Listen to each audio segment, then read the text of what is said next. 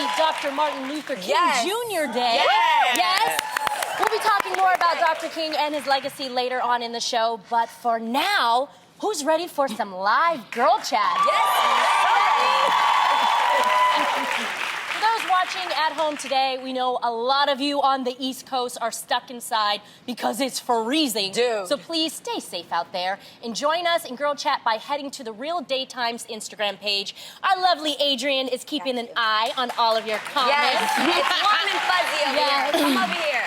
And someone else who seems to love to comment on things is rapper Future. Future was on his friend Big Bank Black's radio show and decided to get a few things off his chest about his ex-Ciara's husband, Russell Wilson. Future claimed Russell does exactly what Ciara tells him to do, and that he should, and that he should control her more when it comes to posting about her custody battle with Future on social media. Future said about Russell, quote, "He's not being a man in that position. He's not telling her, chill out with that on the internet. Don't even talk to him. I'm your husband. You better not even bring Future's name up." Future also expressed his anger about Ciara, introducing their son Future Jr. to Russell before she had his blessing. So ladies, should Russell man up or should Future back off? I think Future needs to stop being a bitter Bob. That's what I think. You know, I don't like men that want to tell another man what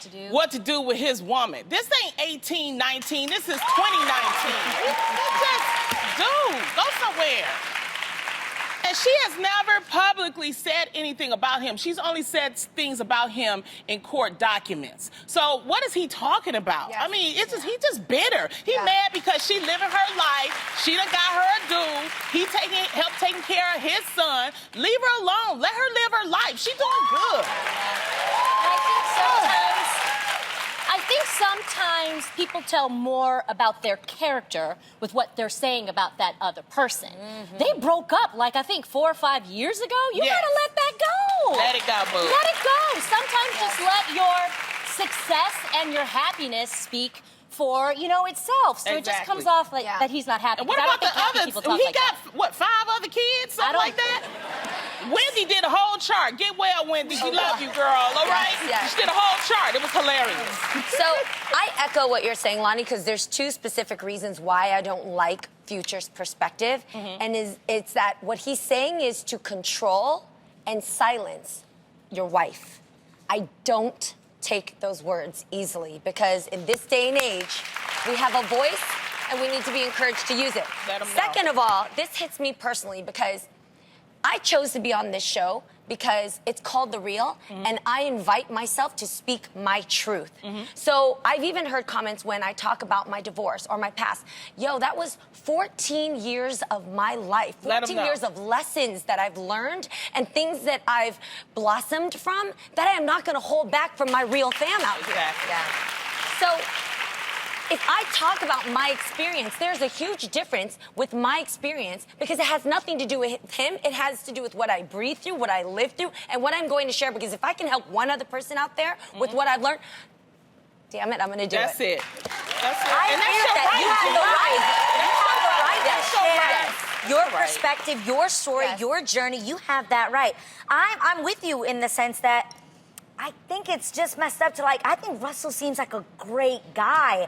And I think we tend to say that we want these incredible men that are going to listen to us, that are going to hear us out. I think that that's something you should applaud when a man listens to his wife and not just listens and obeys, but genuinely wants to make her happy. And I think that that should be applauded and not insulted or made to look like you're a pushover, you're a whack dude because you are in line with your wife and her needs and what she wants and making her happy. There's such a bad stigma on that, like, oh, you're such a cool husband because I let her know. I let her know. Like, that ain't fly. Like, that's not cute. Not at all.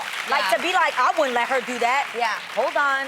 Well, Ciara and Russell have seemingly responded to Future's comments by taking the high road. Russell posted this adorable picture of Future Jr. and his half-sister, Sienna, with the caption, "All that matters, #love. Yes, while Ciara posted this picture to Instagram with the caption, "Rise above." Yes. She looks beautiful. Yes, incredible. And their response only then reflects how dope that marriage can be when a man or woman can actually be like, what is your experience like going through that? How can I make sure that doesn't happen here?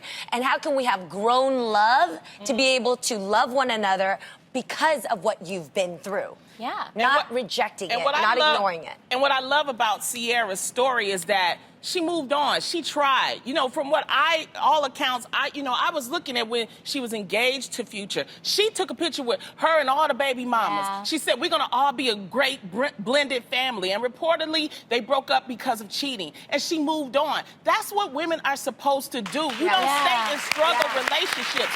You move on. Move on. I love that. Her story is definitely happily ever after.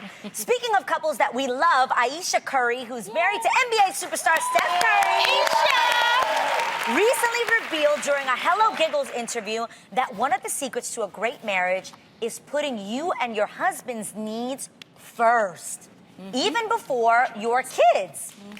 We got some people in there playing. Now, Ayesha has 3 kids with Steph, and she said, quote, when you become a parent, you want to put your kids first. And we do. But we do it second to our relationship. When our relationship is good, the kids are happy and they're thriving and our family life is good.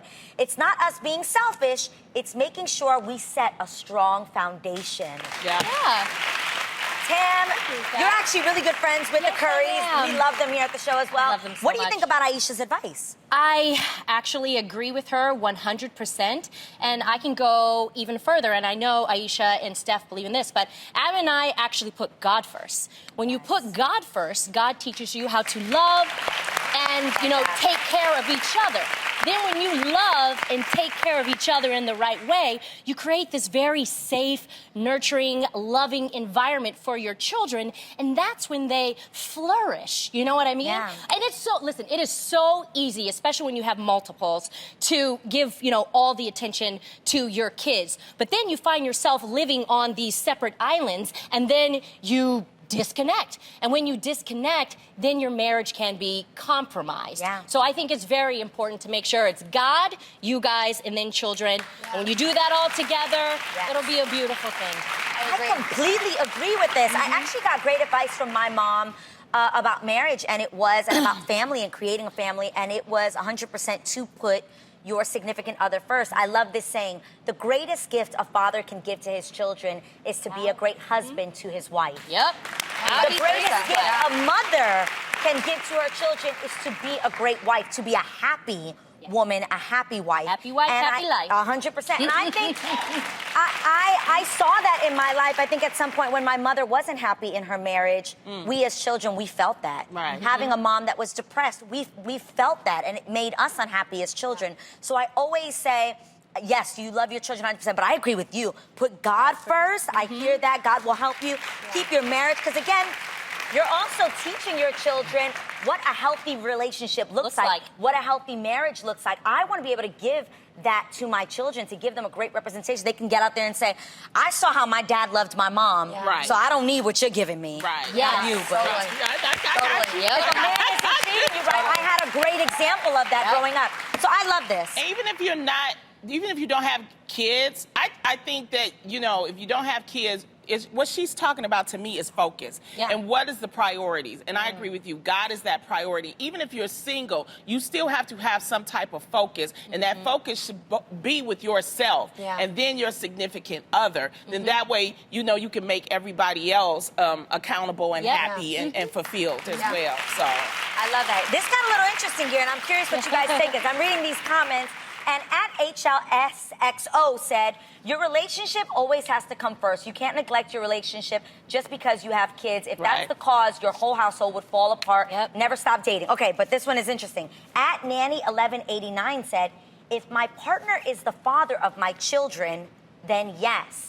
But if you are just my boo, hell no. My boy comes first. For sure. I agree with this, and I think that's the big difference between dating versus a marriage. If you are in a marriage and your kids are the fruit of that marriage, then I think this goes. But if you're trying to get married, you gotta focus too. It's focus, you guys. But just balance and focus. Dating, I say no. Your kids should come first, because I think that also is attractive to a man to see that you're an incredible mother.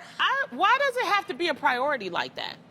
I mean, I think it's balance. I think it's balance. Because it's about spending some time for yourself too to make that child happy. I get see what you're saying. So it's not putting the boo first. Right. It's actually putting yourself exactly. first. And then I get that. That actually makes sense. Yeah. I think it's also, I'm sure many people, when you go into a household, you can kind of feel immediately if the parents have the foundation lined out first, or do the kids run the household and they're prioritized. You can actually feel the shift. And I feel that the parents have to come first because you guys are the water and the soil that's going to bear the fruit that the children will begin to see, right?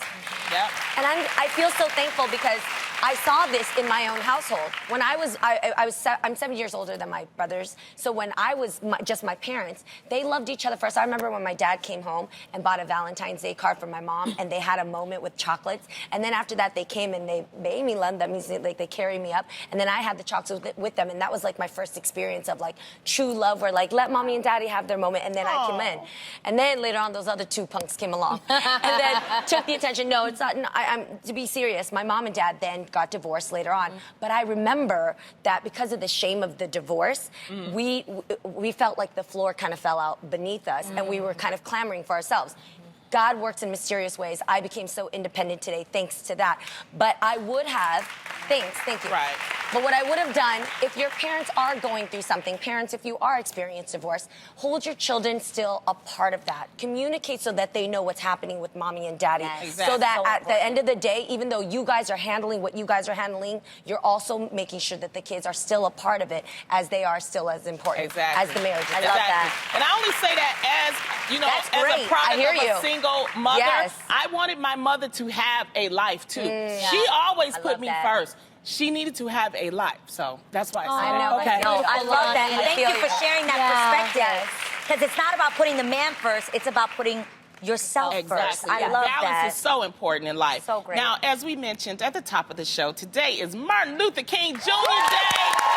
It is so important to note that today is it's more than just a day off. Today is a day where we take the time to honor and celebrate the life and legacy of Dr. King. Yes. Dr. King used his voice to stand up for justice, truth, and compassion in a time when speaking up for those things wasn't always easy, y'all.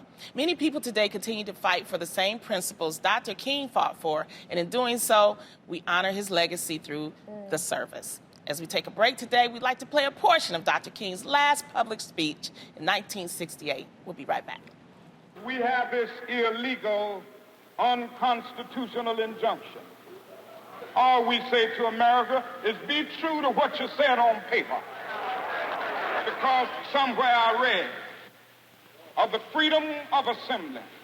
Somewhere I read of the freedom of speech. Somewhere I read of the freedom of press.